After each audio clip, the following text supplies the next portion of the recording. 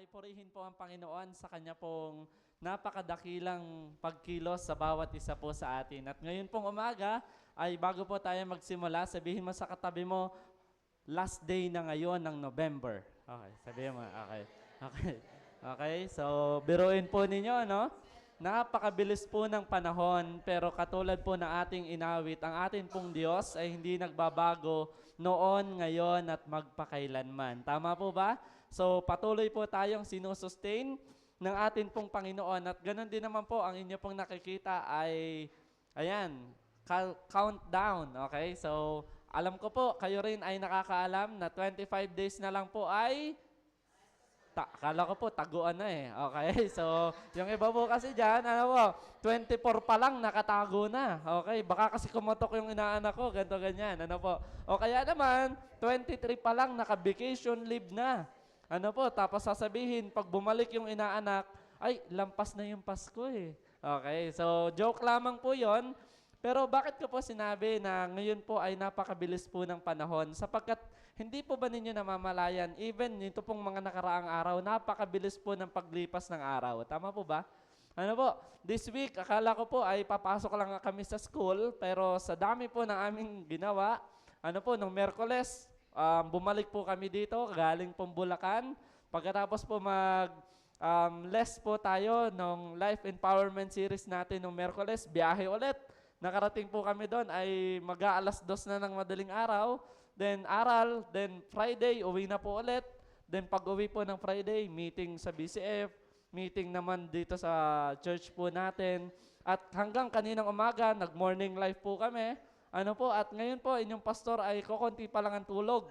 Pero doon ko po talaga napatunayan, mga kapatid, kapag ang Diyos po ang source at nagpapalakas sa iyo, hindi mo makikita yung mga kahinaan sa buhay mo. Amen po ba? Ano po? Kasi minsan po, tayong mga tao, mabilis naman po tayong panghinaan, lalong-lalo na po kapag mali po yung pinanggagalingan ng lakas na meron po tayo. Tayo po kasing mga tao, gusto po lagi natin comfort, gusto po natin lagi yung maalwan lang sa atin. Pero what if kapag dinadala po tayo ng Panginoon sa mga sitwasyon na maaabot po talaga yung limitasyon natin? Ang tanong ko po sa inyo, saan po nanggagaling ang inyong lakas? Bakit po kayo nakakapagpatuloy? Yun po ang ating pag-aaralan sa umaga pong ito. At kung inyo pong makikita, noong mga nakaraang linggo po ay pinag-aralan po natin sa pamamagitan ni M.A. Donna yung tinatawag po na call to witness. Ano po? Tinuruan po tayo doon na lahat po tayong mga mananampalataya ay tinawag upang magbahagi po ng patungkol sa ating Panginoong Hesus. At sinundan po ito ng atin pong minamahal na Din Julie. Ayan, so siya po ang nanguna sa ating pag-aaral nung nakaraang linggo na tinuruan naman po tayo na yamang tayo po ay tinawag ng Panginoon. Dapat tayo po ay patuluyang lumalago at patuluyang humahayo sa pamamagitan ng malalim po na relasyon natin at doon po nagbubunsod kung paano tayo at magagawa natin yung kalooban po ng Diyos sa buhay po natin. Tama po ba? Hindi ko na po isinama yung mga nakaraang linggo, pero ang popokusan po talaga ng atin pong pag-aaralan sa umaga po na ito ay ang empowered to witness. Tayo pong mga mananampalataya ay tinawag po ng Panginoon at hindi lamang po basta tayo naging mananampalataya. Tayo po ay sinangkapan at pinagkalooban po ng kapangyarihan ng ating Panginoon upang tayo po ay maging saksi. Amen po ba? Okay, so example po nito. Ako po ay isang pulis, pero hindi ako nag-aral ng pagpupulis, tapos wala pong nagbigay sa akin ng tsapa. Tapos ako pupunta dyan sa may baba, mag-signal-signal ako, pero wala akong rights, wala akong tsapa. Sa palagay po ninyo, may makikinig kaya sa akin, may susunod kaya sa akin? Marahil wala po. Bakit po? Una nilang tinitingnan, sino ba at ano bang otoridad na meron ka? Bakit ka nakakatayo dyan? Tama po ba? Yun po agad yung tinitingnan sa atin kung sino yung nag-i-empower sa atin at kung sino po at ano yung otoridad na meron po tayo. Alam niyo po ba yun mga kapatid?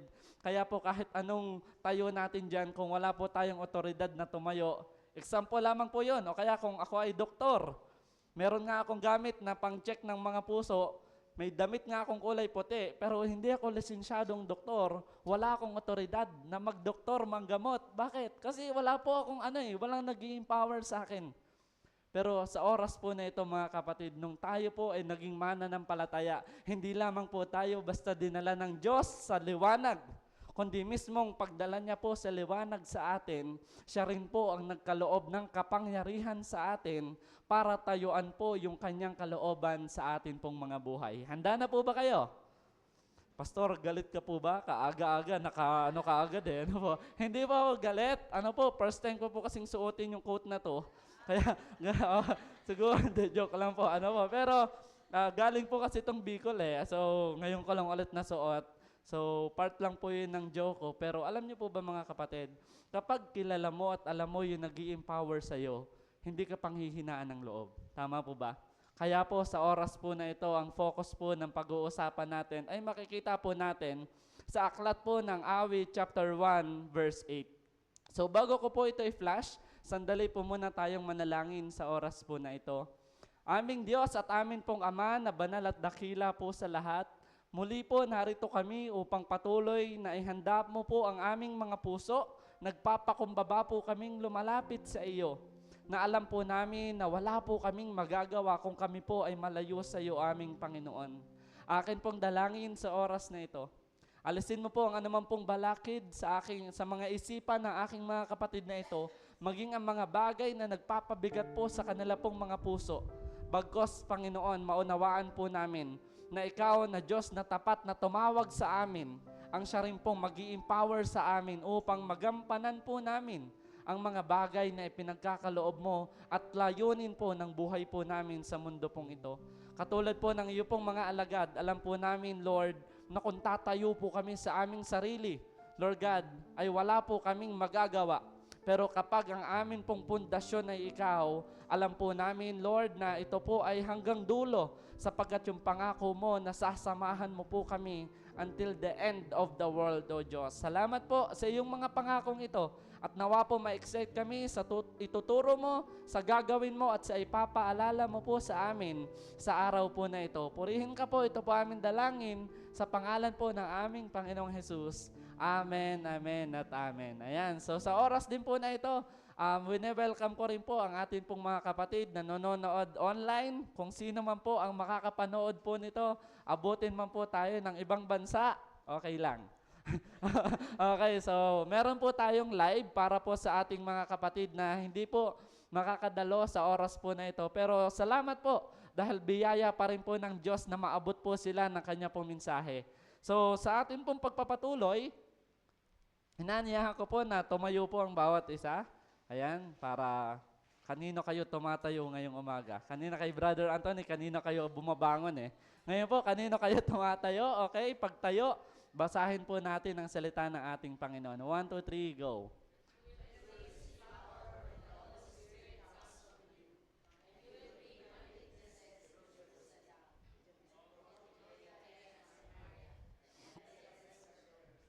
Ayan, sa Tagalog naman po.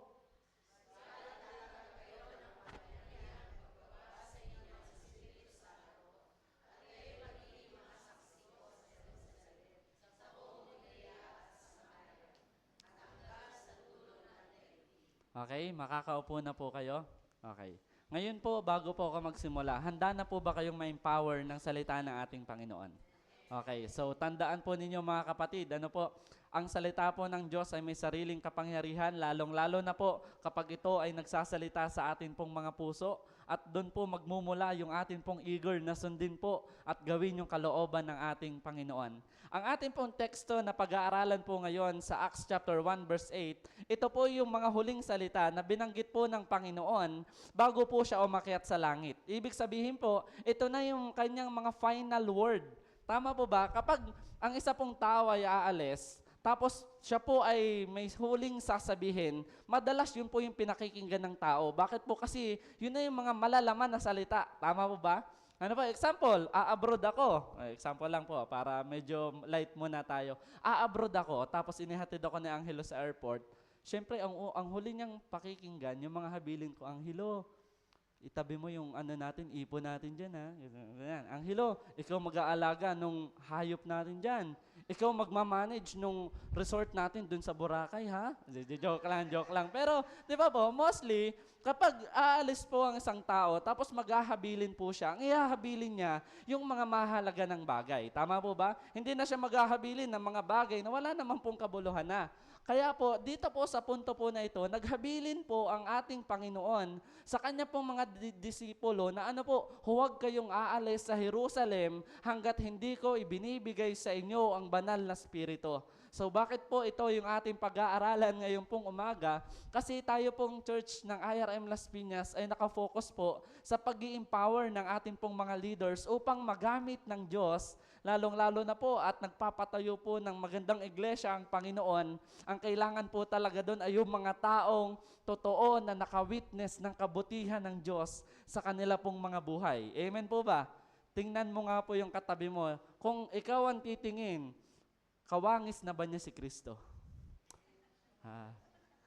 Pastor, may malabo ata yung mata ko, pastor eh. Bagong gising, hindi joke lang po, ano po. Kung ang Diyos po, kung tao ang titingin, marahil marami tayong lens eh. Titingnan natin siya sa way lang na gusto natin. Pero tandaan po ninyo, kapag faithful po ang isang mananampalataya na lumalakad sa Panginoon, kapag ang Diyos po ang tumingin sa Kanya at matapat siyang sumusunod, tandaan po ninyo, ang Diyos po mismo ay sumasama sa tao po na ito. Amen po ba? So tayo po ay magpatuloy na, katulad po na akin pong sinabi, nung panahon po na ito, bago po umakyat ang ating Panginoon, naguguluhan po itong mga mananampalataya at ibig sabihin po nito, meron po silang mga pagtatalo kasi naguguluhan po sila kung ano po ang mangyayari pagkatapos umalis si Jesus. Mostly po kasi ganyan yung mga tao eh. Example, yung mga magkakapatid sa bahay, umalis yung nanay.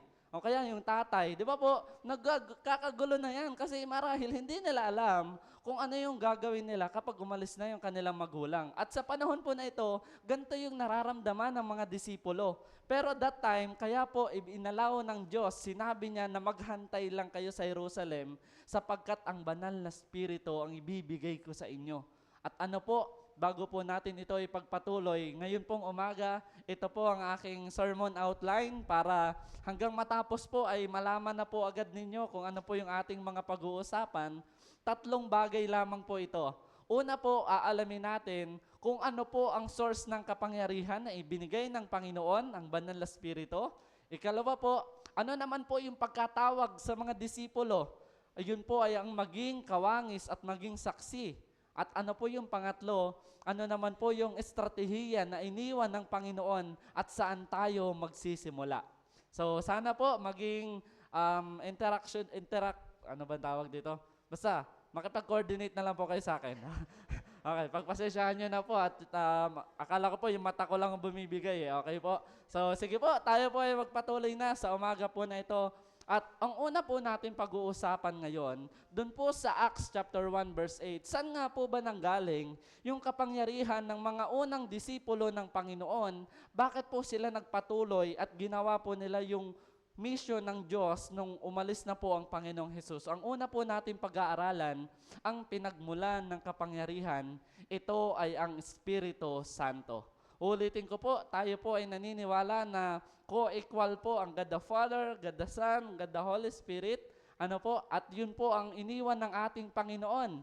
At sinabi in verse 8, "But you will receive power when the Holy Spirit comes on you."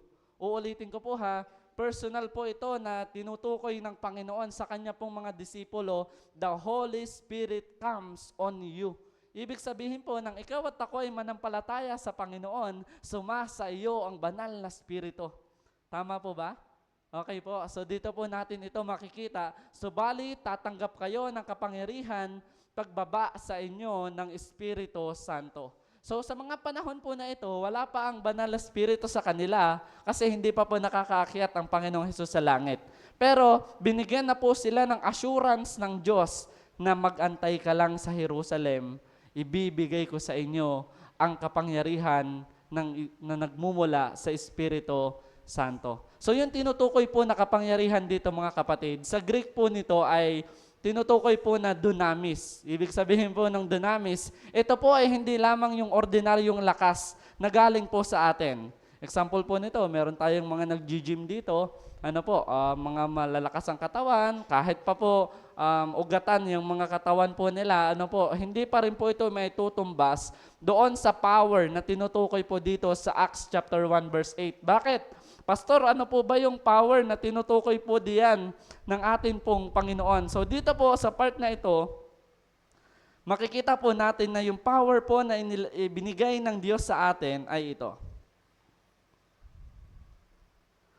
Ang kapangyarihan na kayang magbago ng buhay ng isang tao.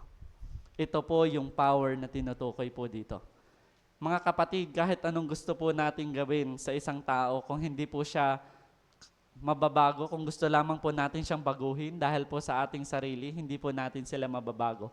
Pero yung power na tinutukoy po dito, it is an extraordinary power, an spiritual power na galing po sa ating Panginoon that will change the hearts of man. Ulitin ko po, kayang baguhin ang puso ng isa pong tao. Amen po ba doon?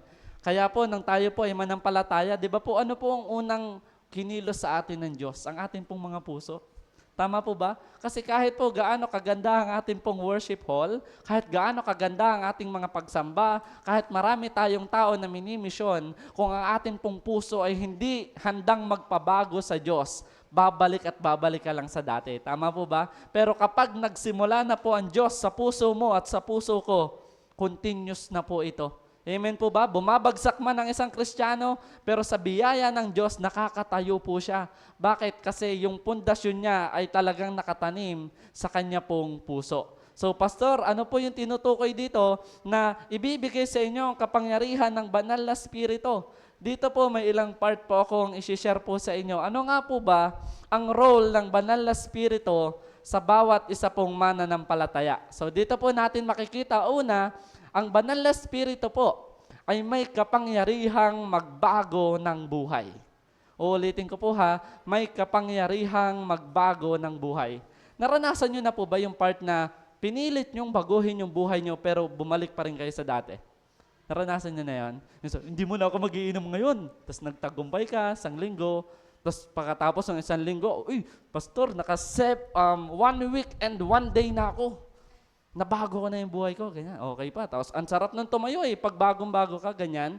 Pero kapag yung pagbabago po ay talagang pinilit lang natin, galing po sa ating sarili, babalik at babalik po tayo sa pagkabagsak. Yes, magtagumpay ka 1 week, 1 month, 1 year. Pero kapag hindi yan nagmumula sa kapangyarihan ng banal na Espiritu at hindi ka talaga nagpasakop at isinorender mo yung buhay mo sa Kanya, babalik at babalik ka lang din. At pagbagsak mo, mas malalim pa yung bagsak mo. Tama po ba? So paalala po to sa atin. Ano yung unang kapangyarihan ng banal na Espiritu? Makikita po natin, it has the power to transform your life. Ang tanong ko po sa inyo, may nabago na po ba sa inyong buhay? Parang problemado po kayo. Pastor, parang ata galit ka po ata sa amin Pero tanongin nyo ngayon katabi mo, may nabago na ba sa'yo? Yeah, kuwari pa kayo Okay, gantihan mo. Sa'yo ba? Meron na. Joke lang, po. Ang Diyos po ang nakakaalam niyan. Kapag kayo po ay mag-isa na, doon po natin mapapatunayan yan. Kasi sa ganito pong maraming tao, pwedeng mag-act tayo na malinis, banal. Pero ang tanong po, kapag mag-isa ka na, nakikita pa rin po ba ng Panginoon yung transform na buhay po natin? So ano po yung sinabi sa Galatia 5 verse 22 to 23? Subalit ang bunga ng banal na Espiritu ay pag-ibig, kagalakan, kapayapaan, pagtsatsaga, kabaitan, kabutihan, katapatan, kahinahunan, pagpipigil sa sarili. Ito po yung tinutukoy na power ng banal na Espiritu doon sa mga mananampalataya. At nung na-empower na po sila ng mga bagay po na ito, alam nyo po ba, naging impactful po ang buhay ng mga unang mananampalataya. Bakit po? Kasi yung Diyos na po, ang banal na Espiritu na, ang kumikilos galing po sa kanilang loob. Okay?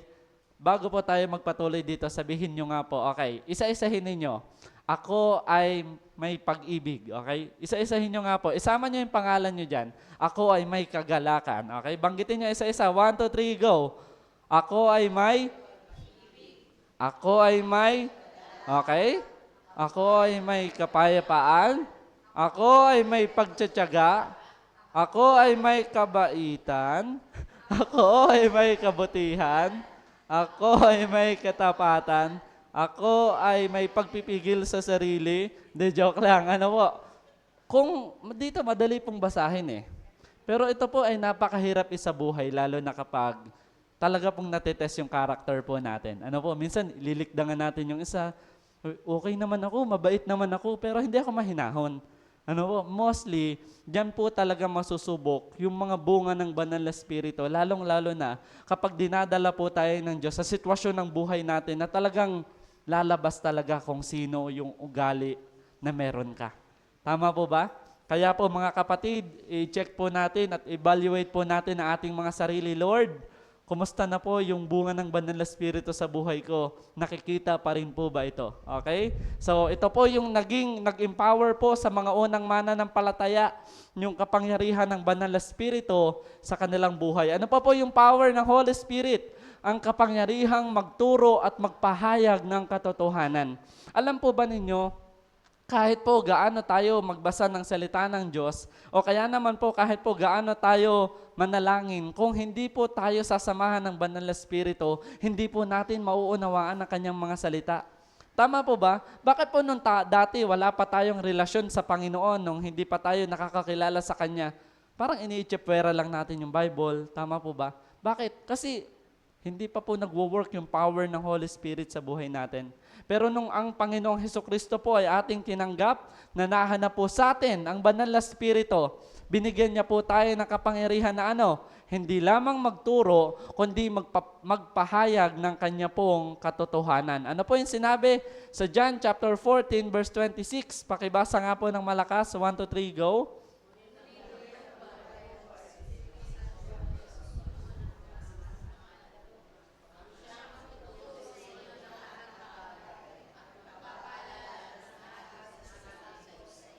Ayan. So, dito po natin makikita na ang kapangyarihan po ng banal na spirito, nagtuturo to, nagpapaalala, at ito rin po yung nagbubunsod sa atin para magturo naman po at may bahagi ang katotohanan sa iba.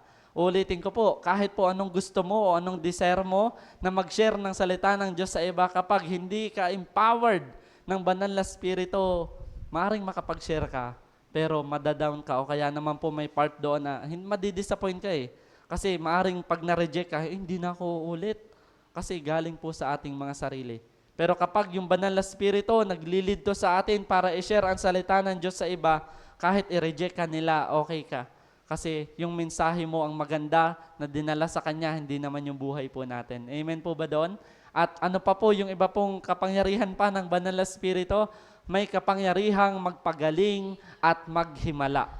Okay? Noong panahon po nang umakyat na po ang Panginoong Hesus, doon po mas nahayag ang iba't ibang mga himala ng mga disipulo. Bakit po kaya? Dahil po ba sila ay magaling lamang? Dahil po ba napanood na nila yon dati? Hindi po eh. Dahil kinakasihan sila ng banal na spirito.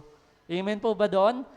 Power to heal and work miracles. So, pakibasa po ulit nito. 1, 2, 3, go.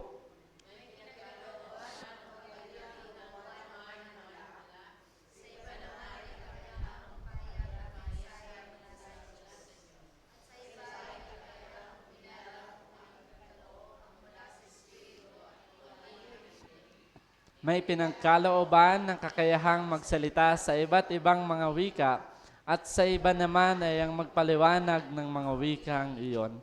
Sa punto po na ito po ay makikita na natin sa 1 Corinthians chapter 12. Ibig sabihin po marami na pong nangyari dito.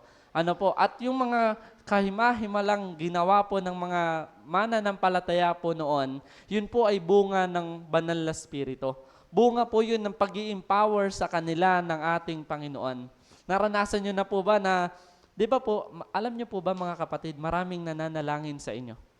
Akala nyo lang po, kayo po ay down na down. Akala nyo lang po, suppress na kayo minsan, yung parang ayaw nyo na lumabas ng bahay. Pero alam nyo po ba, may kapangyarihan yung pananalangin po ng ibang tao sa inyo. Bakit po tayo nakakatayo ngayon sa inyo pong palagay? Dahil po mahimala ang pagkilos ng Diyos sa mga tao pong nananalangin din sa bawat isa sa atin. Sa part po na ito, makikita natin gumawa ng mga himala Sa iba't iba naman ay may kakayahang magpahayag ng mensaheng mula sa Diyos at ang sa iba ay kakayahang kumilala kung aling kaloob ang mula sa Espiritu o alin ang hindi. The power of discernment. Ibig sabihin naman po, kapag puspos ka ng banal na Espiritu, kilala mo naman yung tao na hindi siya puspos ng Espiritu. Ibig sabihin po na di-discern ng isang taong filled ng banal na Espiritu yung taong namumuhay sa kasalanan. Okay po, magkaiba po yun eh. Meron pong division po doon sa part na yon. At yun po ay madidiscern lamang kapag filled ng isang tao ng banal na Espiritu. Doon po sa una po nating punto, makikita po natin, the source of power, ang banal na Espiritu. Ito po, alam ko makaka-relate po kayo lahat dito eh. Ano po? iPhone po ba yan? Hindi ko po alam kung anong klase cellphone yan eh. Pero lahat tayo may cellphone. Tama po ba? Sino dito ang kayang mabuhay ng maghapon na walang cellphone? Pakitaas ang paa. Hindi, joke lang. Pakitaas ang kamay. Sige po, ang kaya. Ang kaya lang. Ay, okay, baba na muna. Yung kakayanin. Sige nga po. Sir, ang bigat eh. Parang hindi ko na talaga kaya eh. Ganto, ganyan eh. Ano, yung parang pagkagising mo pa lang, alam mo na agad yung dadamputin mo eh. Hindi ka pa nakakamulat, alam mo na agad kung ano yung dadamputin mo. Bakit po kaya? Kasi alam natin na yon ay natural na sa atin o kaya naman po kasama na sa pang-araw-araw nating pamumuhay. At ito malala, kapag walang charge ang iyong cellphone, dahil kasama na siya sa pang-araw-araw mong pamumuhay, anong una mong ginagawa? Sinasaksak to. Bakit? Kasi alam mo na kahit anong ganda ng cellphone mo, kapag hindi to nakasaksak, wala itong kuryente o wala itong battery, okay? Hindi mo to magagamit eh. Useless to eh. Tama po ba? At sa punto po na ito, ganito po yung gustong iparating sa atin. Kahit po ang isang tao, feeling niya malinis ang buhay niya. Kung hindi siya empowered ng banal na Espiritu, useless po ang buhay po niya. Tama po ba doon? Ano po? Kasi pwedeng mag-act tayo na malinis. Banal sa labas, lalo pag maraming tao. Pero alam niyo po ba ang tunay na power po na nagmumula sa ating Panginoon? Yung makita ng Diyos na tapat ka kahit mag-isa ka. At doon nagmumula yung power ng banal na Espiritu. Sinabi nga po ni Dwight L. Moody sa kanya pong isang quotation, "There is no use in doing God's work without God's power. A man working without the Holy Spirit is losing time." Sinabi po niya, walang saysay ang paggawa ng gawain ng Diyos kung wala ang kapangyarihan ng Diyos. Ang taong gumagawa ng wala ang Espiritu Santo ay nagsasayang lamang ng kanyang oras. Ulitin ko po, nagsasayang lang ng kanya pong oras. Kaya po mga kapatid, lagi po tayong pinapaalalahanan ng Diyos, kumusta na yung buhay mo? Are you sensitive to the work of the Holy Spirit in your life?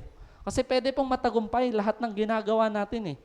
Pero kapag hindi po yan leading ng banal na Espiritu sa atin, it is useless po.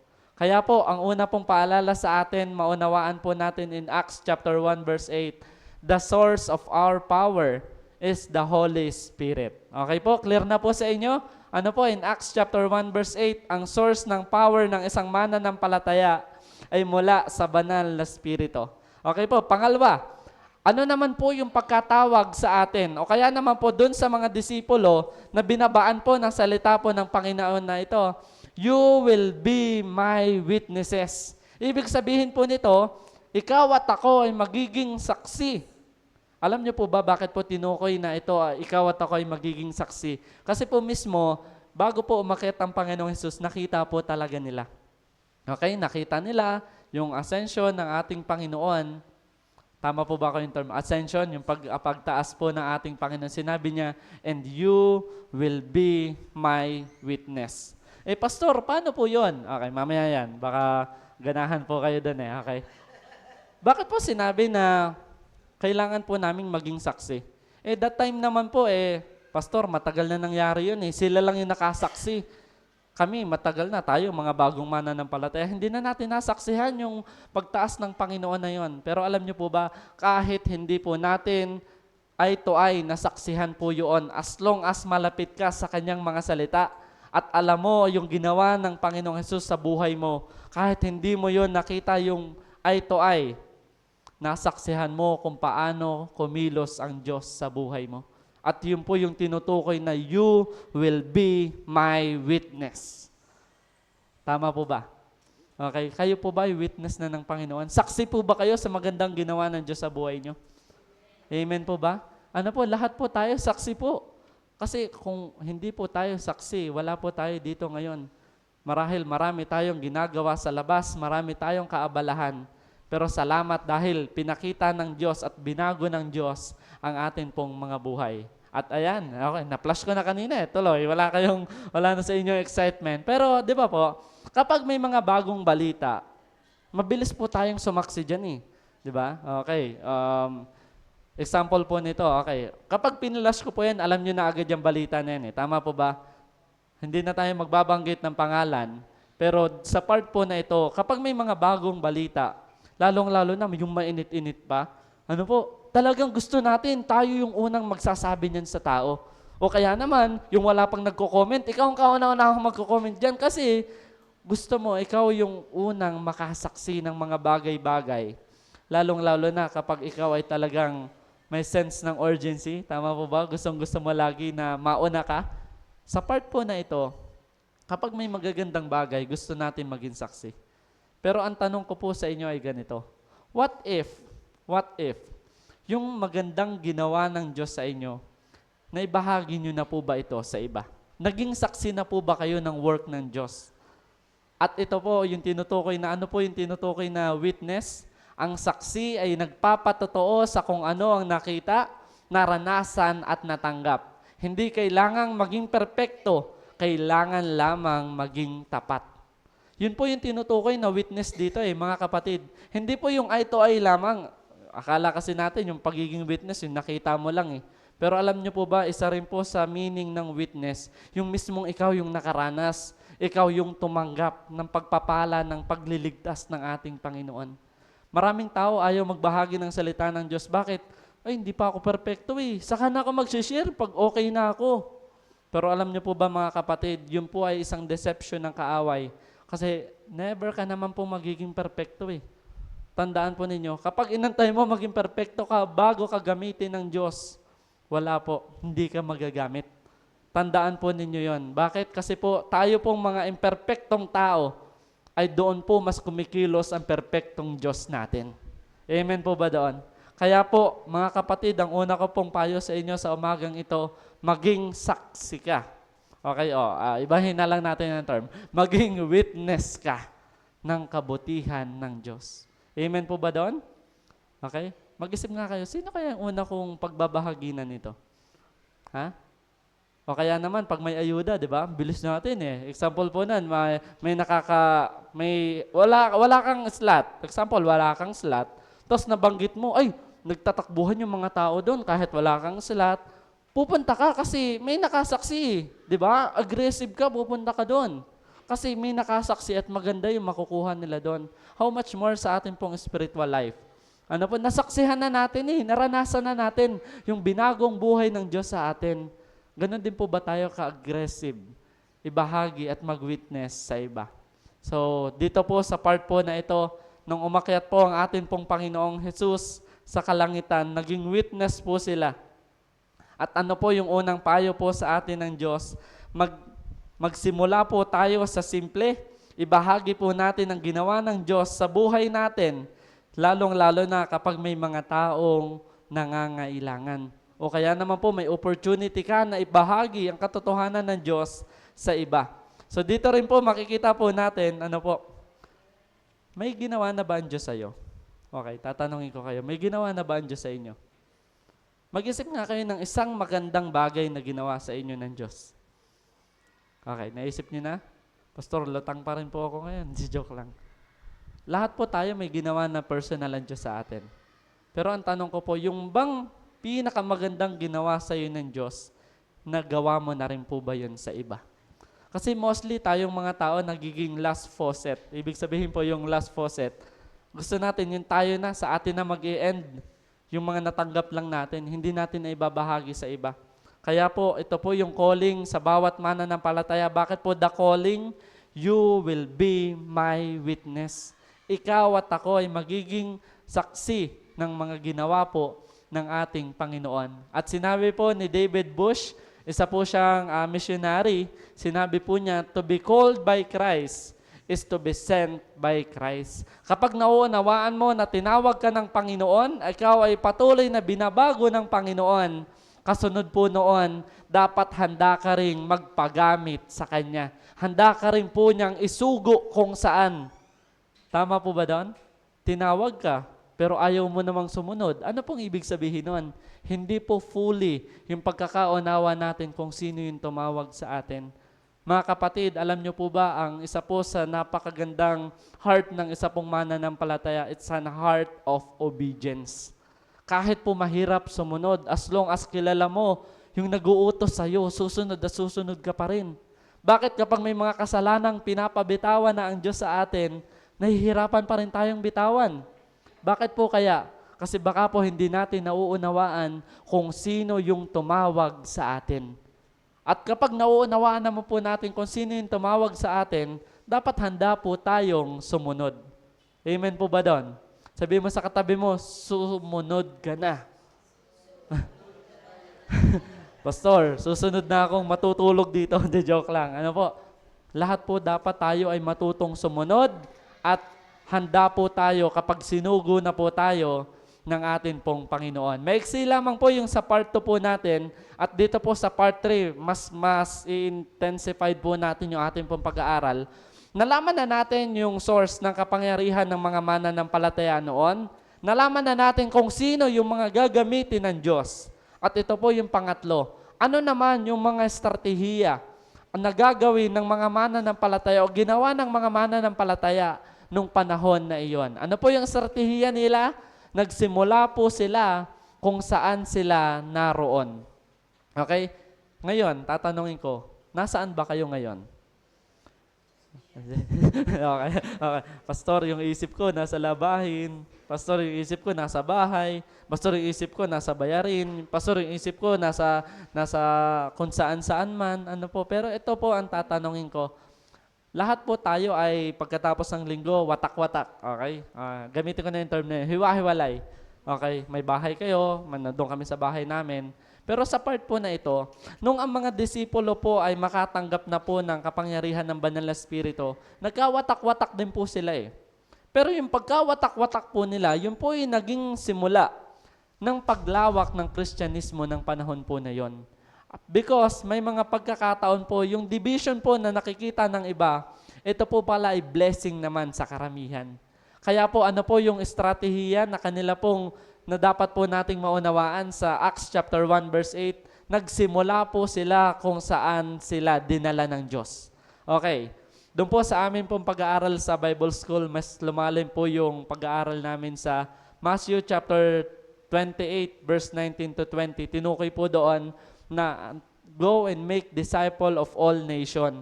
Yung go and make disciple of all nation po pala, hindi yung dadalhin ka.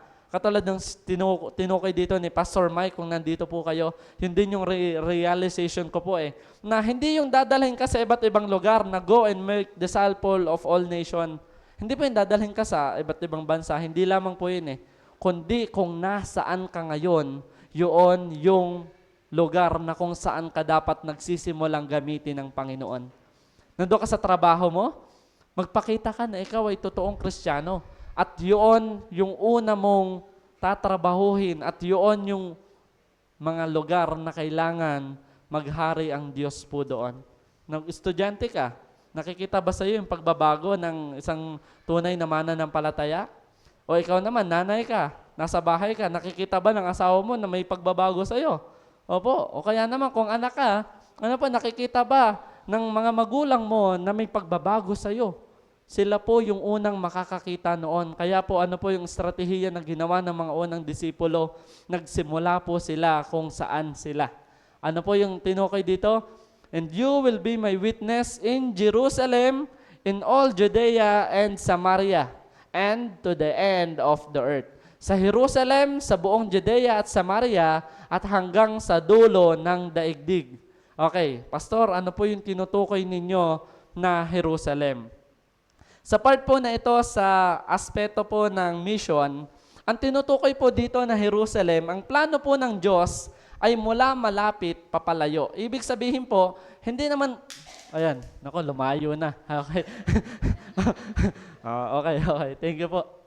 Sa part po na to, ang gusto po at ang plano ng Diyos is mula sa malapit papalayo. Marami po kasing tao gusto agad lumayo pero hindi pa naaabot yung malapit.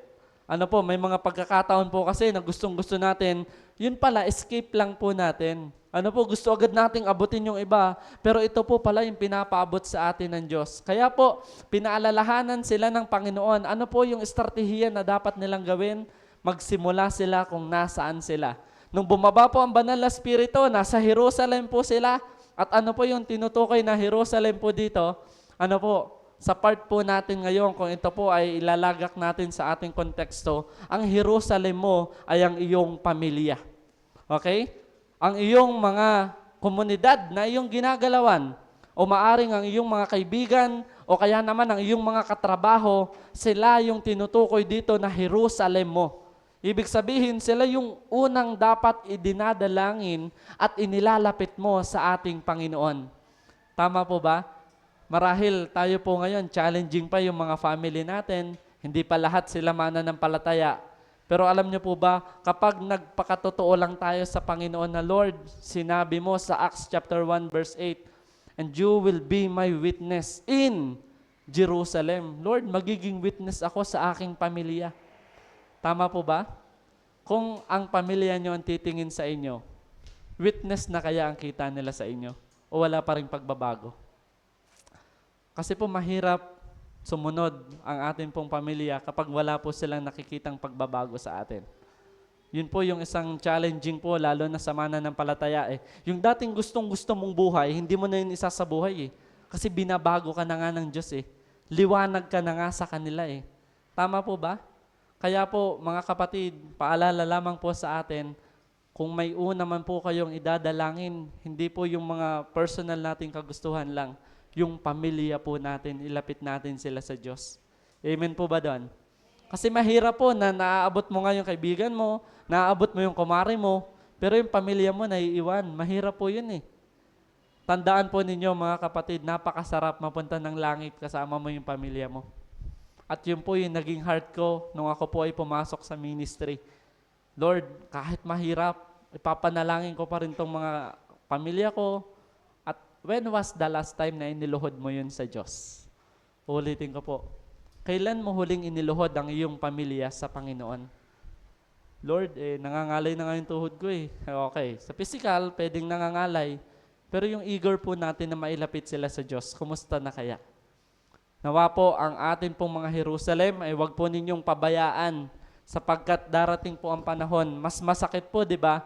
Tayo nga po, masaktan lang yung ating mahal sa buhay, iba na agad yung impact sa atin Tama po ba? Nakita mo lang na nasasaktan siya.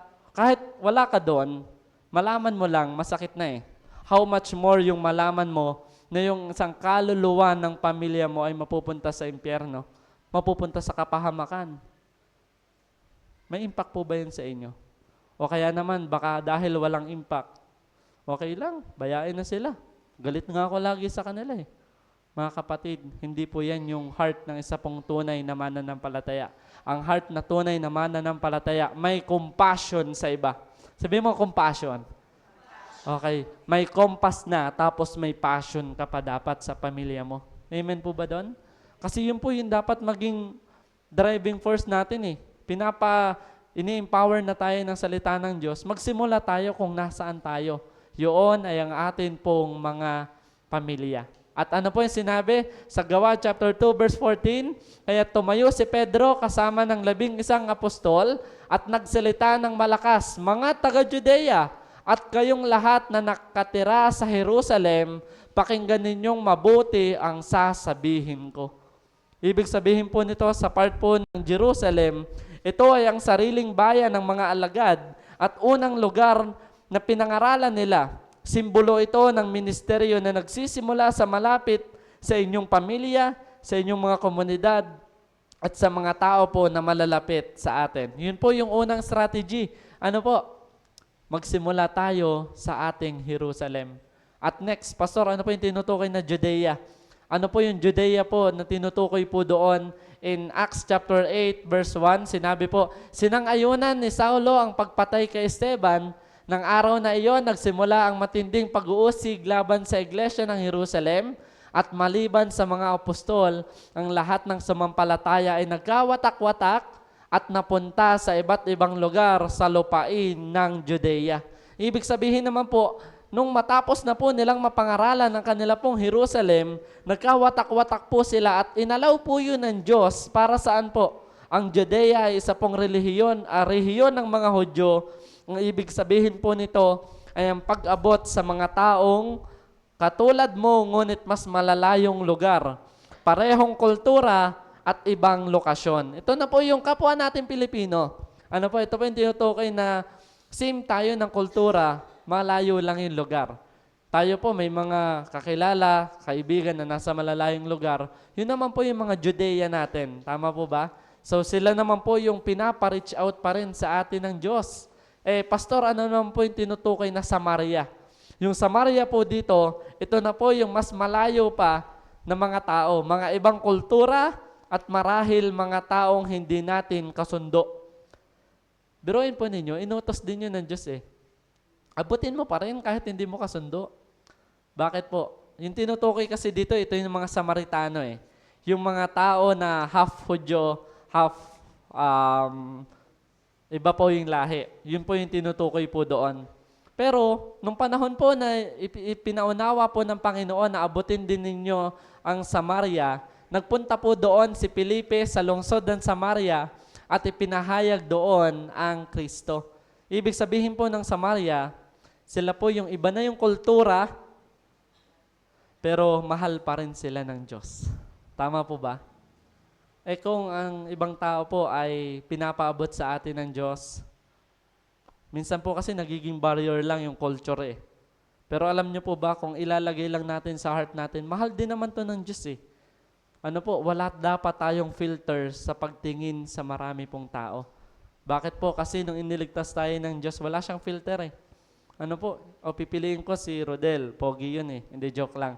Pipiliin ko itong mga taga-Ayarim Las Piñas o magigilas to Hindi ganun Nung pinili tayo ng Diyos para iligtas po tayo sa ating kapahamakan, wala po siyang tiningnan sa part natin. Kasi kung titingnan ng Diyos sa kasalanan natin, wala Lahat tayo unworthy, undeserving sa kaligtasan. Pero tiningnan tayo ng Diyos out of love. Minahal tayo ng Diyos. Kaya ganun din po yung lente na gamitin natin sa pag-abot po sa iba. At yung last po doon, until the end of the world, yung sa Acts chapter 1 verse 8, yun na po yung global mission. Pastor, ang lawak na po ng tinuturo nyo po ngayon. Pero alam nyo po ba, parte pa rin po yan ng pinapagawa po sa atin ng Diyos. Ulitin ko po, bakit po ngayon kumalat ang Kristyanismo sa buong mundo? Kasi may mga unang disipulong tapat na nagpagamit ng buhay sa atin pong Panginoon.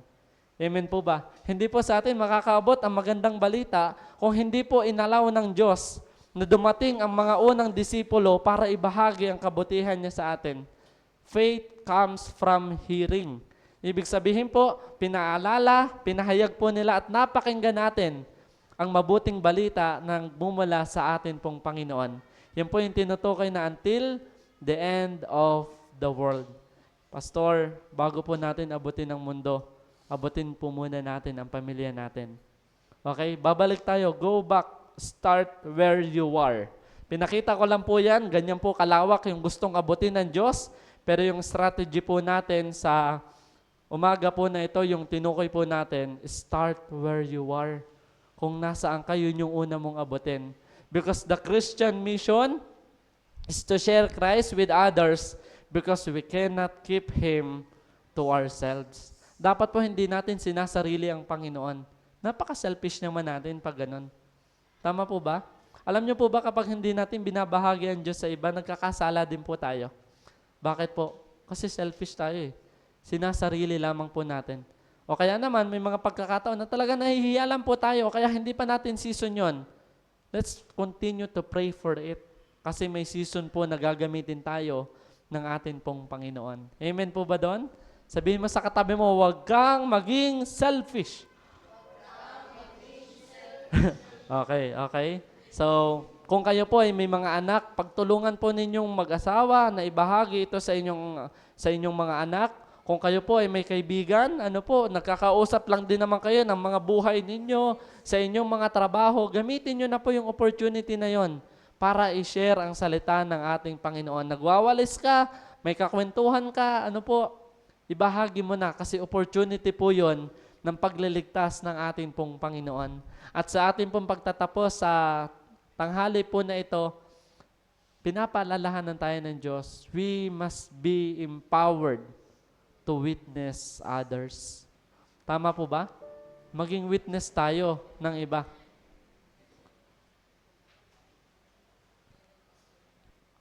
At sa atin pong paglalagom ulit, ano po yung source natin? Bakit po tayo ini-empower ng Diyos?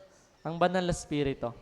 Bakit po tayo tinawag ng Panginoon? At ano po yung pagkatawag niya sa atin para maging saksi? At ano po yung estratehiya na ating gagawin? Magsimula kung nasaan po tayo. Mga kapatid, ito po yung aking final conclusion. Nakita nyo na po to ilang beses, ilang ulit. Masaya, nakakagalak, nakaka-excite. Pero kami po bilang mga manggagawa, ako po every time na nakikita ko po ito, it is a challenge for me. Pero nakikita ko po doon kung gaano makapangyarihan ang Diyos po natin. Ay, niloob ng Diyos na may mga kapatid po tayo na mag-pledge po nito. Pero bukod po doon, hindi po doon nagtatapos eh. Marami pa. Ang tanong po sa atin, sino-sino yung mga ilalagay dyan ng Diyos? Mga kapatid, bukod po sa meron pa tayong bakanting upuan dito, yung nakikita nyo po ay bakante pa rin lahat. Tama po ba? O kaya naman po, mismong sa inyong mga pamilya, kilala nyo kung sino po yung hindi pa naaabot ng salita ng ating Panginoon. Maaari po ba, hingin mo sa Diyos, Lord, empower me with your Holy Spirit. Kasi kapag nagmula lang sa sarili mong lakas para yung gusto mo lang talagang abutin sila, hindi mo kaya yun eh. Hingin mo yung kapangyarihan ng Banal na Espiritu. Sapagkat ang Banal na Espiritu ang magbibigay po sa atin ng tapang upang magawa natin ang kalooban ng ating Panginoon. Hindi po ninyo nasaksihan, pero akin pong ipa-flash po dito, nangyari na po yung groundbreaking. Palakpakan nga po natin ng Panginoon. Ayan. Ito yung pinapanalangin lang po dati. Pinapanalangin lang, pero inalaw na po ng Diyos na mangyari. Pero hindi pa rin po doon nagtatapos eh. Tandaan po ninyo mga kapatid, hindi po basihan na malago ang isang iglesia na maganda lang ang simbahan, malaki, malawak, malamig, inaantok, hindi joke lang. Hindi po yun yung basihan ng tunay na lago ng isang iglesia eh. Ang tunay na lago ng isa pong iglesia ay yung mga tao doon ay tunay at tapat na sumusunod sa ating Panginoon. Pwedeng ma-filled ng maraming tao ang bawat iglesia. Pero kapag ang isang iglesia ay hindi filled ng banal na spirito, hindi bago ang buhay ng mga tao doon, katulad ng sinabi ko po kanina, it is useless. Useless po ito. Naranasan nyo na po mag-ag-ag. Di ba po? Darating ang panahon, mag-aag-ag ang Diyos. I-judge tayo ng Diyos. Haharap tayo sa hukuman ng Diyos. Pero ang tanong, kasama po ba tayo doon sa totoong kumilala at nanampalataya ng malalim sa atin pong Panginoon? Ayan. Pinagpala. Pero alam nyo po ba yung desire nung ginagawa po yan? Mas bumibigat po yung heart ko. Lord, ito na, sinimula na. Kaya kami dapat magsimula na rin ulit para sa kaluluwa ng mga tao. Inyo pong masasaksihan yan sa susunod na taon, pero at least nakita na po ninyo. Hindi po yan ang basehan na talaga pong okay na ang lahat. Alam nyo po ba, sinama ko dyan wala si Tatay Buboy sayang, nakatakas. Pero siya po ata yung nag-feature niyan. Ang goal ko po noon habang nananalangin ako, Lord, salamat. Nandito yung kalalakihan head namin, nandito yung kababaihan head namin, nandito yung YMO namin, nandito yung youth namin. Youth, Kapisanan Youth. At alam niyo po ba, salamat. Kasi nung pinapanalangin ko po at ibinababa po yung blueprint po na yan, ang akin pong heart desire, Lord, ang bawat mga kapisanan po namin ay mapalakas para magampanan po nila yung role nila. Pero hindi dahil sa amin, kundi ngayon pong umaga, through the power of the Holy Spirit. Hindi po isang kapisanan lang ang palalakasin natin sa iglesyang ito. Ang bawat kapisanan inalaw ng atin pong Panginoon. At sa umaga po na ito, hayaan po ninyo na sandali po muna tayong manalangin.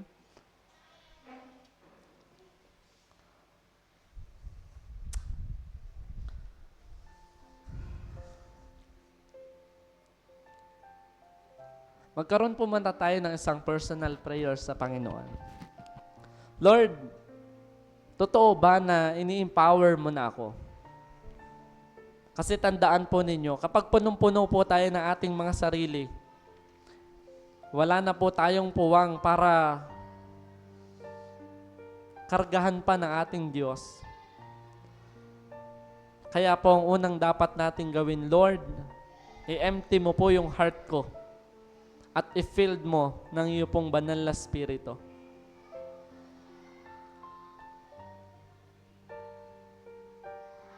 Lord, sa araw po na ito, magtatapos na po ang November. Isang buwan na lang ang lilipas at panibagong taon na. Nakita po namin kung gaano kakatapat ng mga nakaraang buwan sa amin, ng mga nakaraang linggo, nakaraang araw, Panginoon.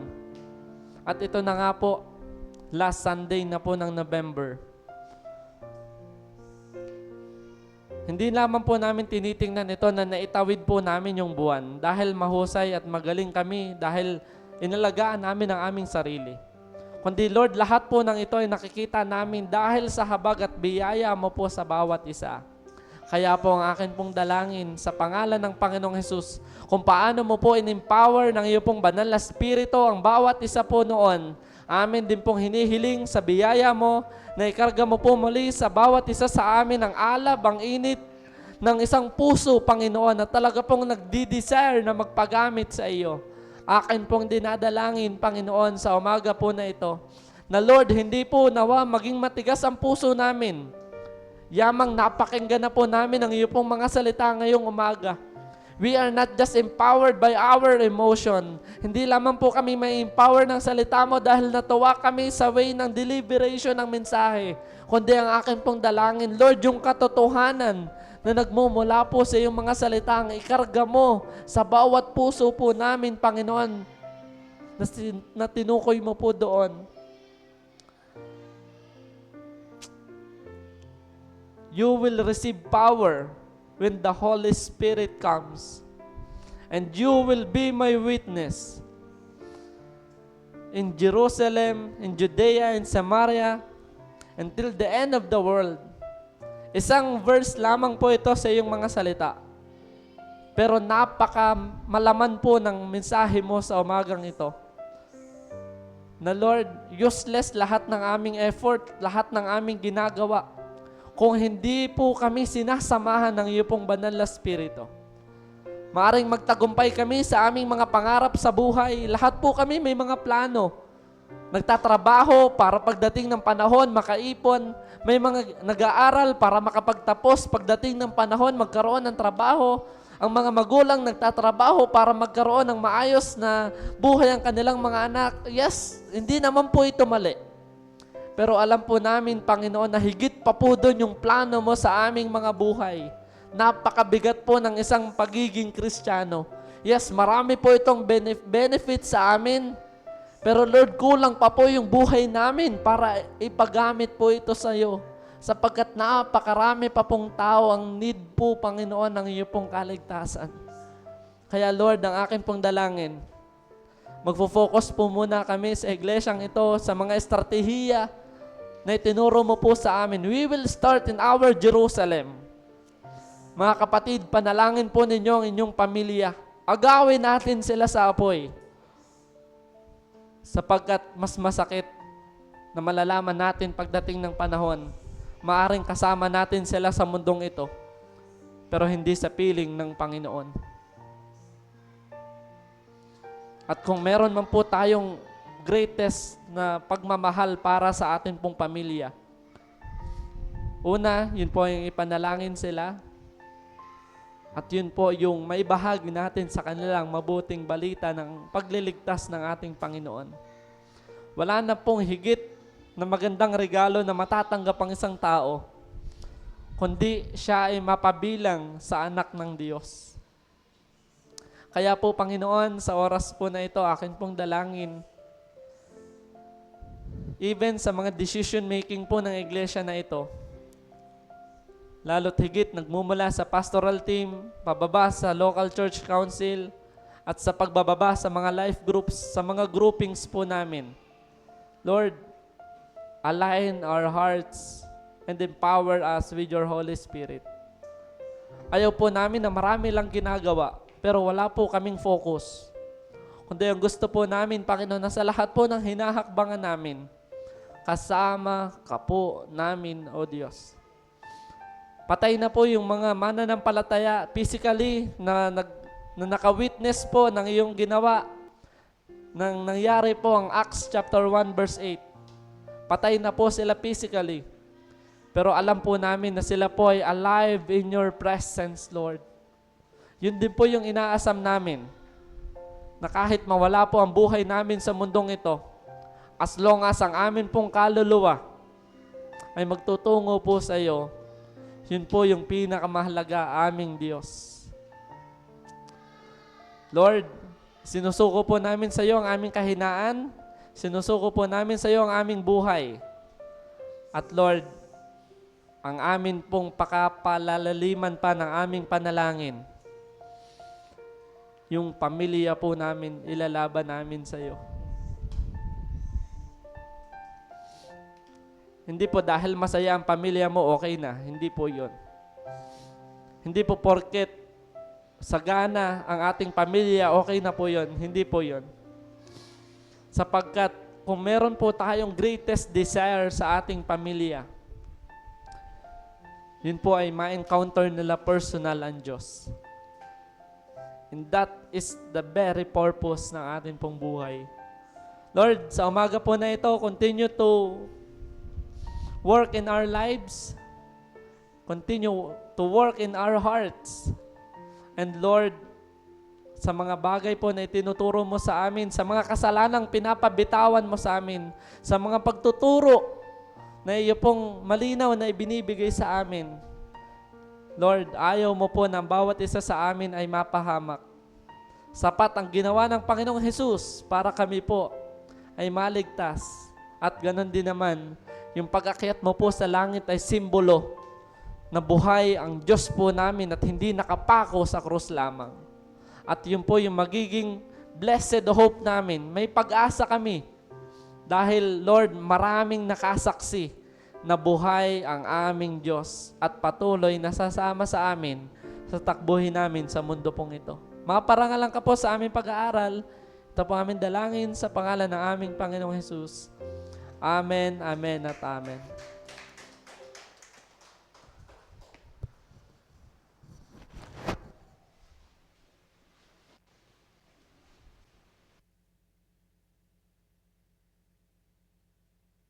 Hello. Purihin po ang Panginoon sa kanya pong mga salita. Tunay nga po na tayo ay nandito at naka-witness pare-parehas. May mga personal tayong karanasan kung paano po na natin nakilala ang Panginoon. So ngayon po ay sa pagpapatuloy po ng ating pagsamba, patuloy po nating ihandog at ihatid po ang ating pong mga tithes and offerings sa unahan. Sige po.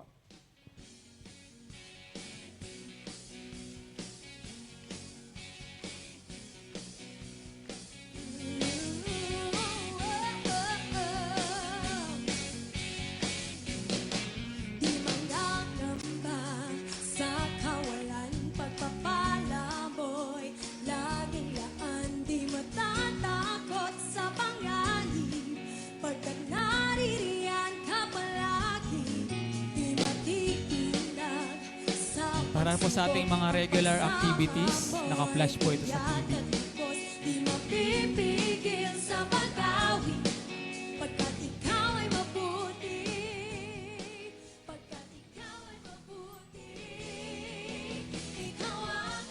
Okay po, atin pong ipanalangin po ang atin pong mga handog. Yes, Lord, salamat po sa patuloy mo pong kabutihan po sa amin. Salamat, Lord, sa mga pagpapala. Lord, sa patuloy mo pag-sustain po sa buhay ng bawat isa. At Lord, sa bawat kaloob at mga tithes, Panginoon, na amin pong ibinalik sa iyo, patuloy mo po itong pagpalain.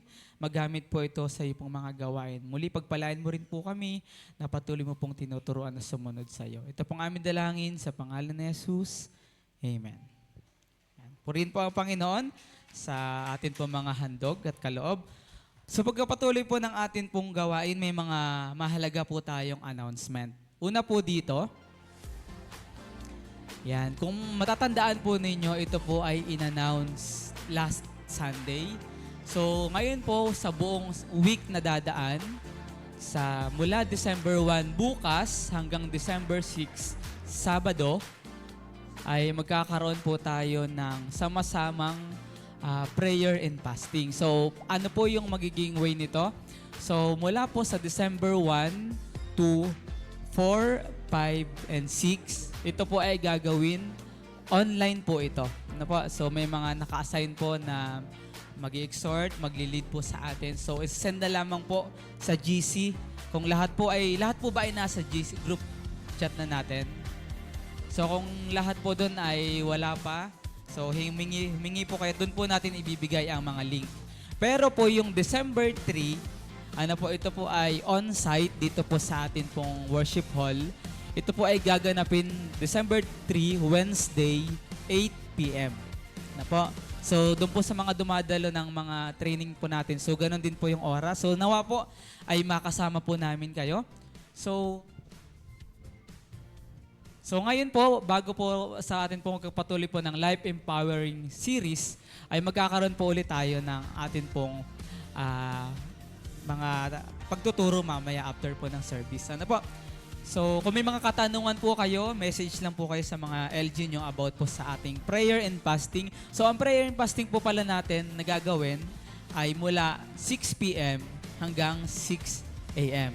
Ano po, so kung sa mga, ito naman po i-discuss pa sa atin, patungkol po sa atin pong prayer and fasting. So sa nawa po ay makakatipid tayo ng dinner, po. So hindi lamang po doon, kundi talagang meron tayong gagawing paghahanda. At ito na nga po, dito na po papasok yung una po nating gagawin sa atin pong harvest. Sa announcement po naman ito para naman po sa harvest event na gagawin po sa December 7. Palakpakan po natin ng Panginoon. So kung bakit may harvest, syempre, alam naman natin na pare-paras tayo may mga itinatanim sa panalangin. At ito na po papasok yung ating prayer of 3. Ngayon po ay meron po kaming ibibigay sa mga kabataang. Ilan po yung kabataang nandito? Yung mga kabataan, pataas po ng kamay. Yung kabataan po, hindi po yung mukhang baby face. Ilan po yung kabataan? So bibigyan po kayo ng mga ganitong cards. So, invitation po ito para po sa gagawin nating harvest event na may theme po na Unboxing Christmas. So, attend po kayo, December 7, Sunday po ito, 9 a.m. So, yun pong pagkapatuloy po kasi noon is onward po ito. So, may lunch po kaming inihanda, may mga activities po, fun games. At higit sa lahat, ito po yung mahalaga. Meron po kaming regalo na i-share sa inyo na alam naming hindi lamang kayo matutuwa, kundi mabiblessed po kayo. Kaya ini-invite po namin kayo mga YWAP na dumalo po sa atin pong harvest event sa December 7. So hindi lamang po ito, may mga harvest pa po tayong gagawin. At another pa po, na announcement po pala, pahabol na lang, sa mga officers po natin o sa mga youth po. So open na po yung registration para po sa ILS sa YWAP. So hanggang bukas na lamang po yung registration. So kung mga decide na po kayo na sumama, ay mag-message lamang po kayo sa akin. So wala na po ba akong nakalimutan po? So yan, kung wala na po, salamat po sa Panginoon. So may mga nag-birthday po ba ngayon? Birthday celebrants, BIP, si Kuya JR, no?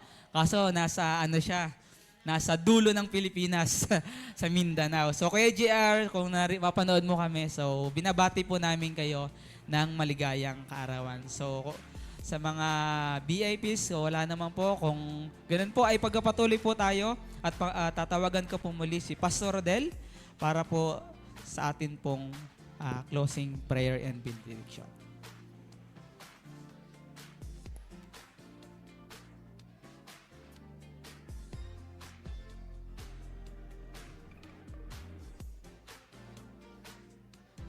Hello. Ayan.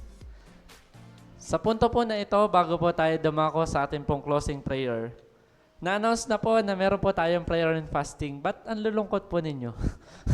Pastor, grabe, masusubok na naman kami sa part po na ito. Pero alam niyo po ba mga kapatid, isa po dapat talaga sa lifestyle ng isa pong mananampalataya ay nananalangin at nag-aayuno. Masyado lang po tayong nasanay sa atin pong pangangatawan, sa atin pong lifestyle natin na talaga pong go lang ng go hanggang gusto. Pero alam niyo po ba, ang isa pong mananampalataya, mas nagiging sensitive po siya sa banal na spirito. Mas nagiging sensitive po tayo sa mga gustong gawin ng Diyos sa buhay natin kapag nagsimula tayong alisin yung ating mga sariling kagustuhan. Tama po ba? Kaya po, isa po sa malalim na gagawin po natin sa umaga pong ito. Alam niyo po ba bakit tayo nandito? May mga nanalangin at may nag-ayuno po para sa atin noon. Tama po ba? Kaya po, ano po yung ating gagawin ngayon? Bilang iglesia, yun po yung ating tuwang doon po sa gaganapin nating harvest sa kabataan sa December 7. Yung harvest naman po natin ng Young Married Organization and kababaihan and kalalakihan sa December 14. Yun po yung ipapalaman po natin sa atin pong prayer and fasting na ilalapit natin sa Diyos yung mga tao, mga pangalan ng mga kaluluwa na gusto rin nating ilapit sa Panginoon. Tandaan po natin, hindi tayo magliligtas sa kanila. Ang Diyos po yun. Trabaho po yun ng Diyos. Pero meron po tayong trabaho din na kailangan po talagang idalangin natin sila sa atin pong Panginoon. Kaya po, bago po ako mag-closing prayer, hinihilingan ko po na magkaroon po tayo ng groupings. Ang lahat po ng kalalakihan, ay mag-grupo, isang bilog po kayo sa side po na yan. At yung mga kababaihan naman po, ay isang grupo rin po kayo. Sige po. Bale, 2 grupo lamang po tayo ngayon pong umaga. Okay, yung YWAP po pala, bukod po yung YWAP. Bukod po yung YWAP.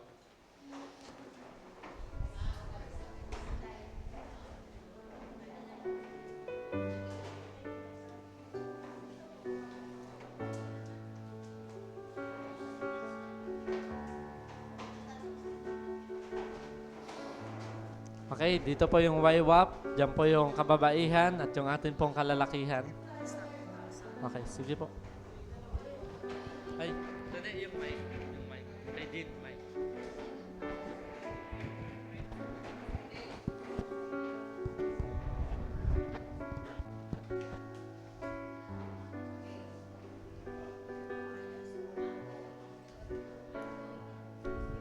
Okay.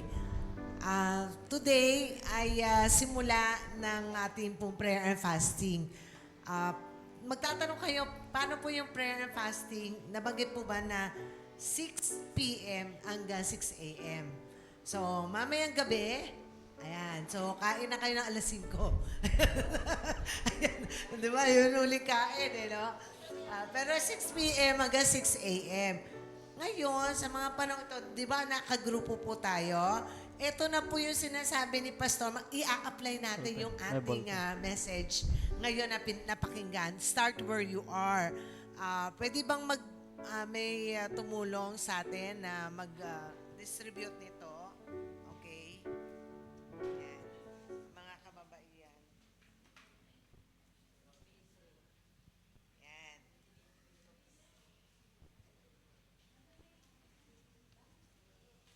So, lahat po meron na. Kailangan din natin ng ballpen. Yung mga ballpen natin, papahiramin natin yung wala pang ballpen. Sige. So, lahat. Ayan. Kay Kuya...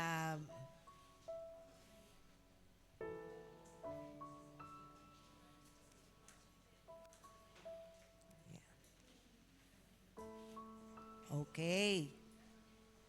Di po ba ang ating application, start where you are. So, nandun po tayo ngayon sa ating, ayan, sige, pakitingnan po yung inyo pong one-fourth. One-fourth sheet yan. Ginupit nga lang.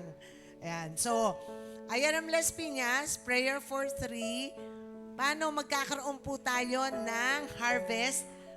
December 7, YWAP, December 14, YMO, at Kalkab. Ngayon, alagay niyo po yung pangalan niyo doon, name. Tapos kung ano pong kapisanan kayo, nabibilang. Yan, sige, sulat. Kalalakihan o kaya YMO. Ito. Ito po yan Ito po yung partner. Di ba binigyan kayo nito? Ito yung prayer guide. Ayan. So, ito yung nasa inyo. Ito ibibigay nyo isasubmit ngayon. Paano? Isasummarize po natin itong mga pangalan na to. At yan po ang ipagpe-pray natin sa prayer and fasting gabi-gabi. Okay ba, So, kung ano yung isusulat nyo dito, ay susulat nyo doon sa inyong prayer guide. Di ba? 3 rin yan. Okay. So, match sila. Match.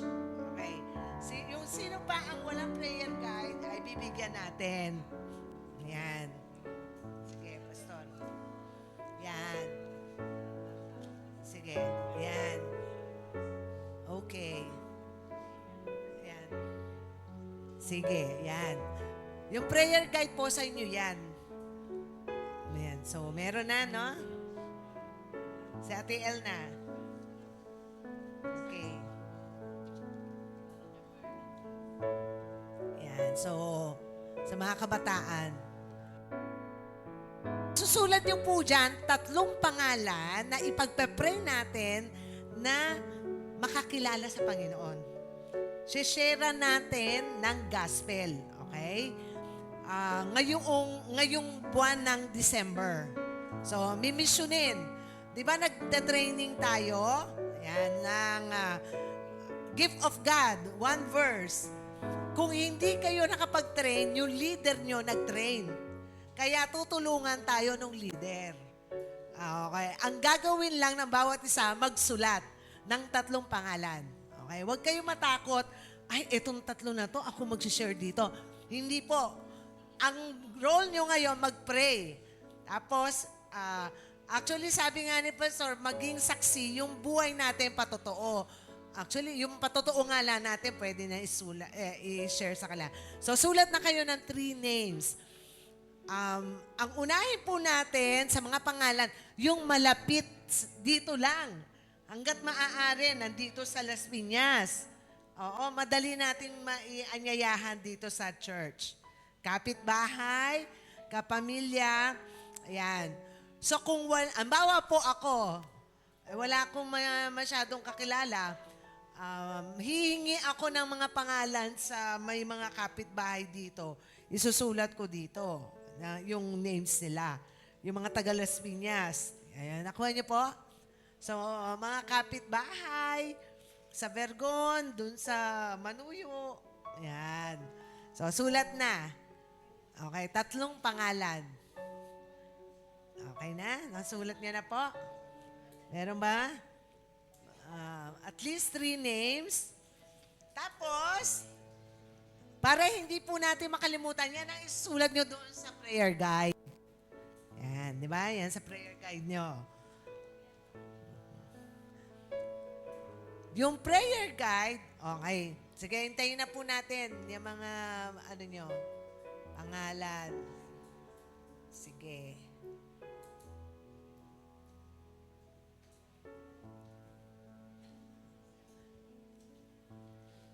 Clear po ba? Yan po ang ilalapit natin sa Panginoon, magiging intentional.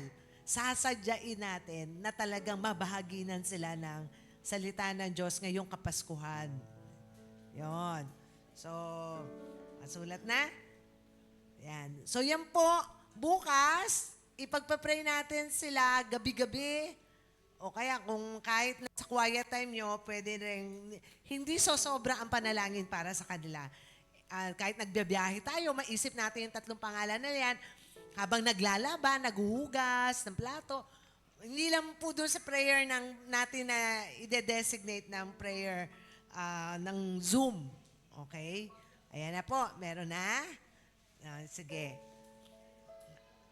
So ngayon, ang susunod na natin gagawin, by kapisanan, ay ipagpe-pray na po natin sila gamit ang guide ng prayer guide. Yan. So, reviewin po natin yon. Sige. By kapisanan na tayo. Ha? Tapos, basta paano po yung prayer? So, sabay-sabay o kung matapos na? Sabay. Sasabihin nyo na lang po kung kailan. Usap-usap muna tayo. Groupings po muna kayo. Then, meron pong prayer guide sa inyo na may magli-lead po niyan or i-check nyo po yung group leader po ninyo. Dito po sa side ng YWAP, si Brother Anthony, ipapangunahan mo po sila sa prayer time. Pagkatapos po ninyong hawak nyo lamang po yung papel, nandun po yung prayer list po ninyo. Pagkatapos po nun, ipapasa po ninyo sa inyong katabi. Dalawang lang po tayo. Pag naipasa nyo sa katabi nyo, another prayer po, ibang tao naman yung mananalangin, dun po sa nakasulat sa pangalan. Nagigets po ninyo? Okay po? Ayan.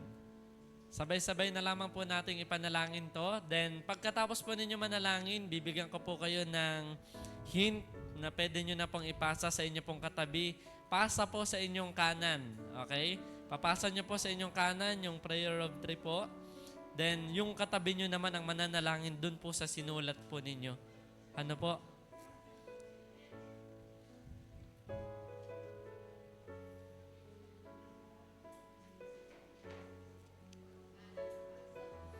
Okay, bibigyan ko po kayo ng hint ha, hindi pa po muna ipapasa. Mamananalangin po muna tayo. Okay, sige po. Tayo po ay mag-umpisa na po sa pananalangin po kung meron na po kayong naisulat para po sa kanila.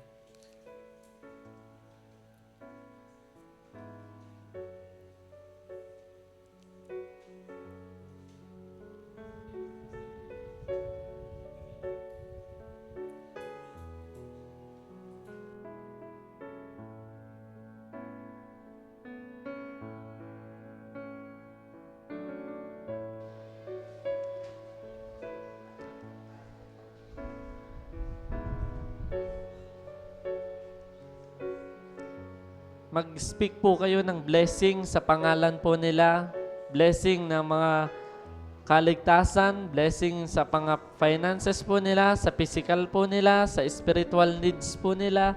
Kung kilala nyo po sila, kung meron po silang pangangailangan ngayon, ipanalangin din po ninyo. Kahit hindi po nila alam, malaki po ang nagagawa ng panalangin ng isang taong matuwid.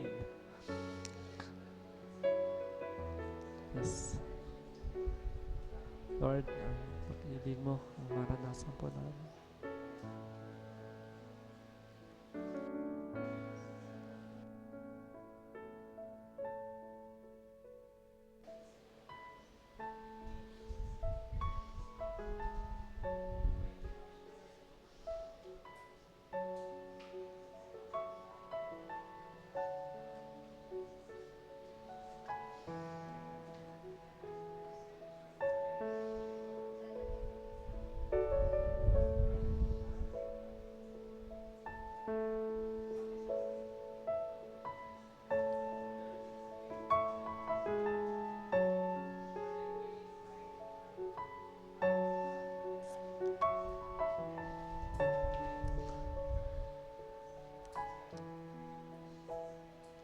Sa oras po na ito, maaari nyo na pong ipasa sa inyo pong kanan ang inyo pong sinulat para sila naman po ang mananalangin doon po sa inyo pong sinulat. Katulad po ng ipinanalangin ninyo sa una pong pangalan, mag-speak po tayo ng blessing sa kanila. Yes, Lord. Hallelujah. Patuloy po namin dinadalangin ang mga pangalan ng mga tatay po namin.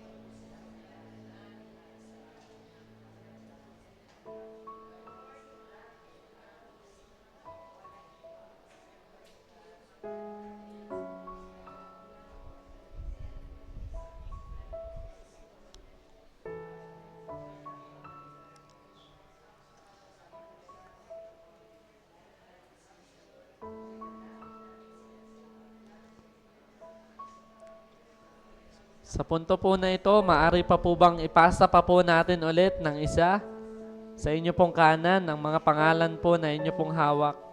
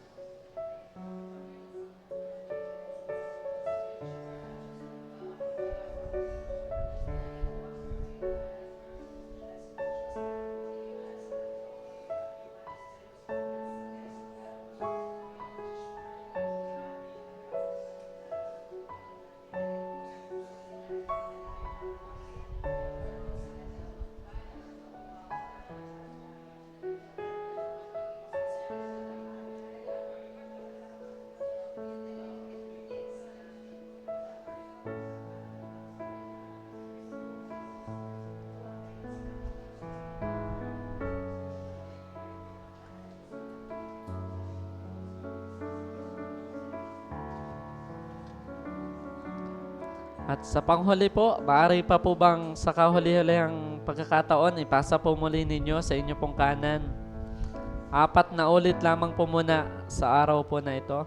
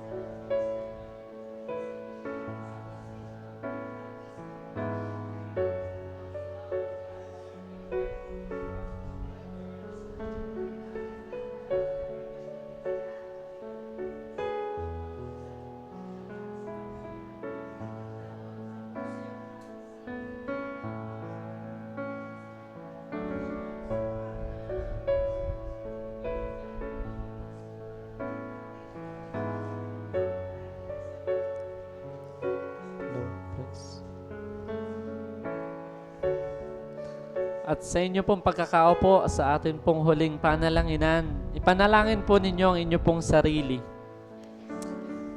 Hilingin po ninyo sa Panginoon ang mga bagay na inyo pong kailangan at ganoon din naman ang patuloy po na pagsusuko ng buhay sa Kanya.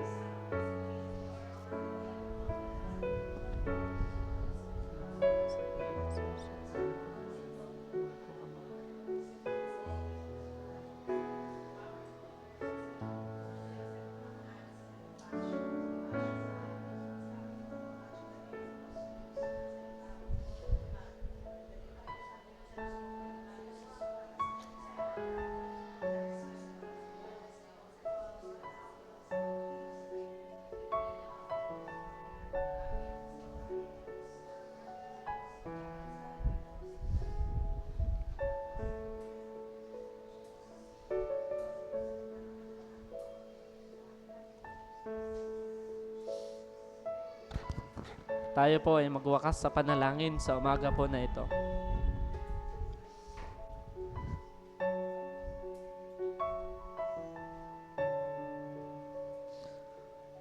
Aming Diyos at amin pong Ama na banal at makapangyarihan po sa lahat.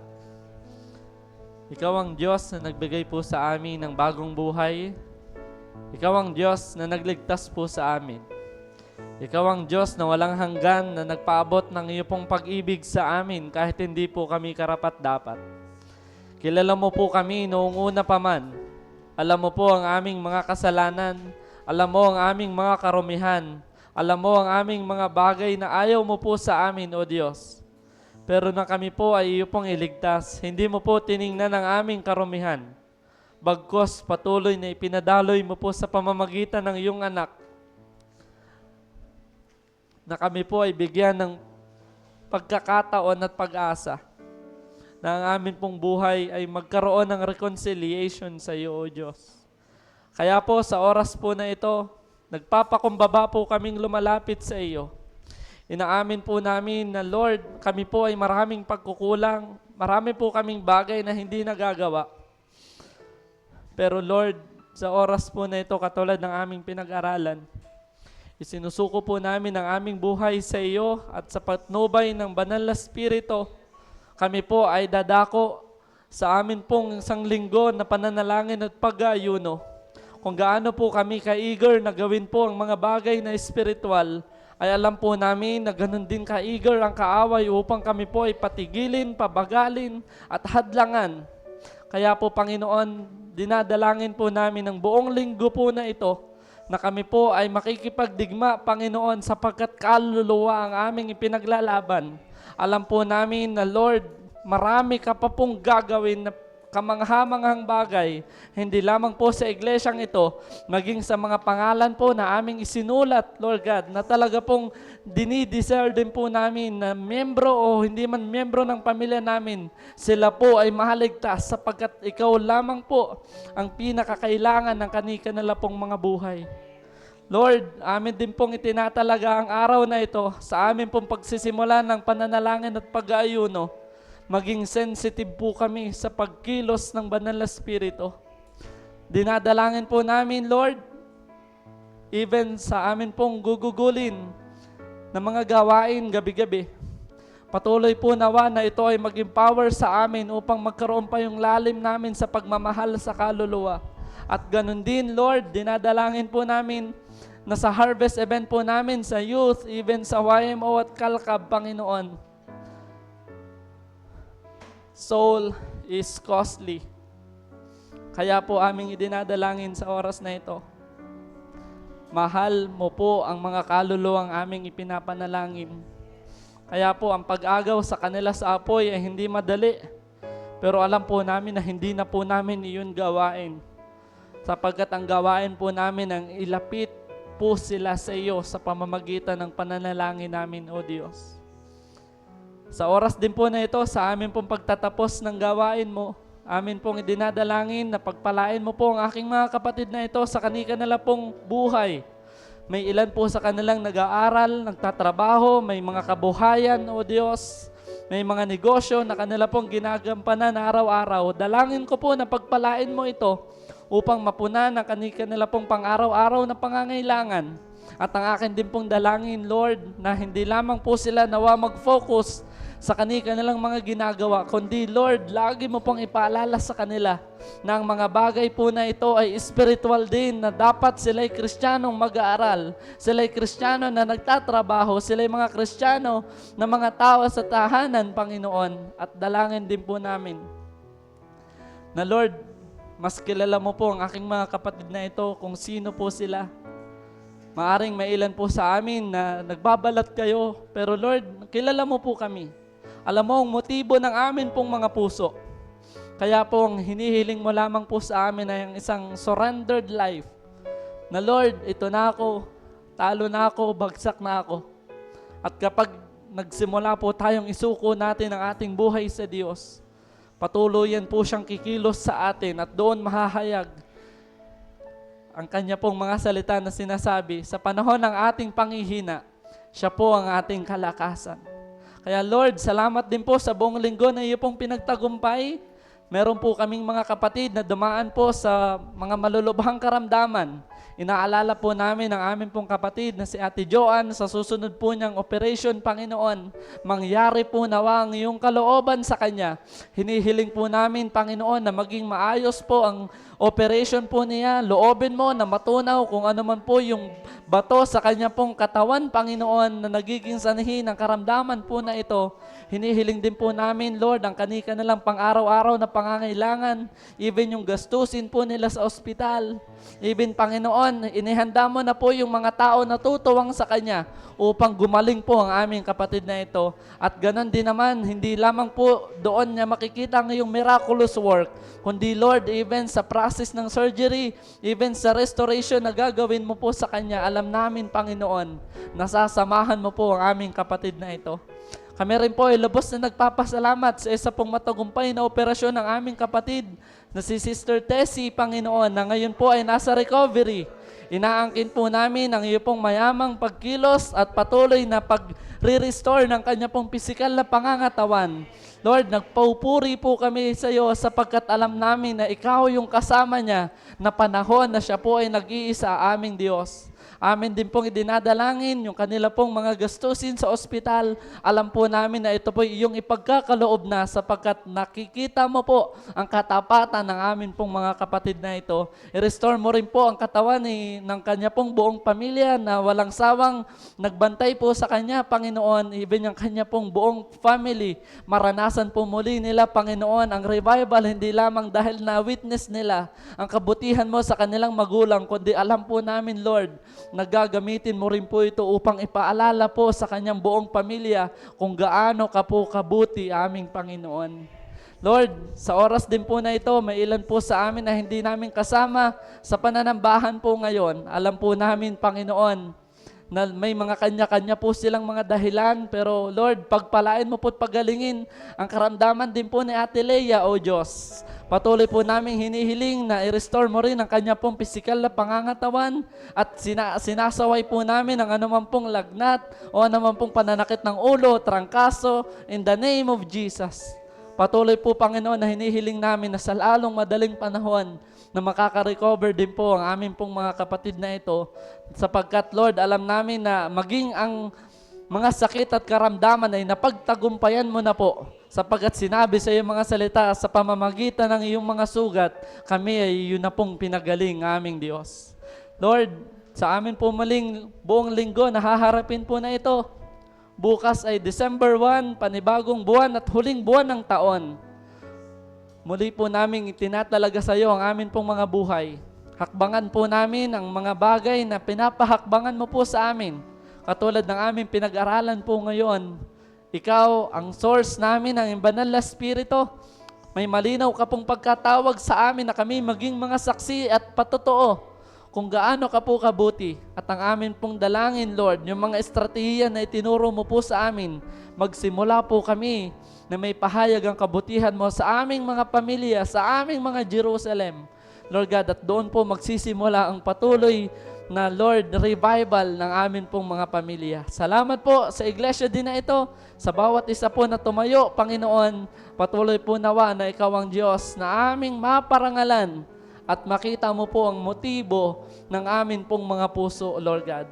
Namamangha po kami sa gagawin mo at patuloy, Panginoon, na ihanda mo po kami, Lord God, sa mga bagay pa na aming tatakbuhin sa iglesia po na ito. Naging matagumpay din po ang aming pagpaplaning kahapon. Pero Lord, yung sinabi mo nga po sa iyong mga salita, kami ang nagpaplano, ngunit ikaw ang nagpapatupad po nito, O Diyos. Kaya po, wala po nawang puwang sa aming mga puso ang pagiging makasarili. Bagkos kung ano po yung tinanggap po naming mabuti sa iyo, ay may bahagi rin po namin ito sa iba. Bigyan mo kami ng boldness. Bigyan mo kami, Panginoon, ng passion to share the gospel to everyone, Panginoon. At sa amin pong pagtatapos ng banal na gawain po na ito, patuloy po nawa naming maranasan ang bendisyon at ang biyaya ng ating Panginoon na nagmumula po sa Kanya pong mga salita.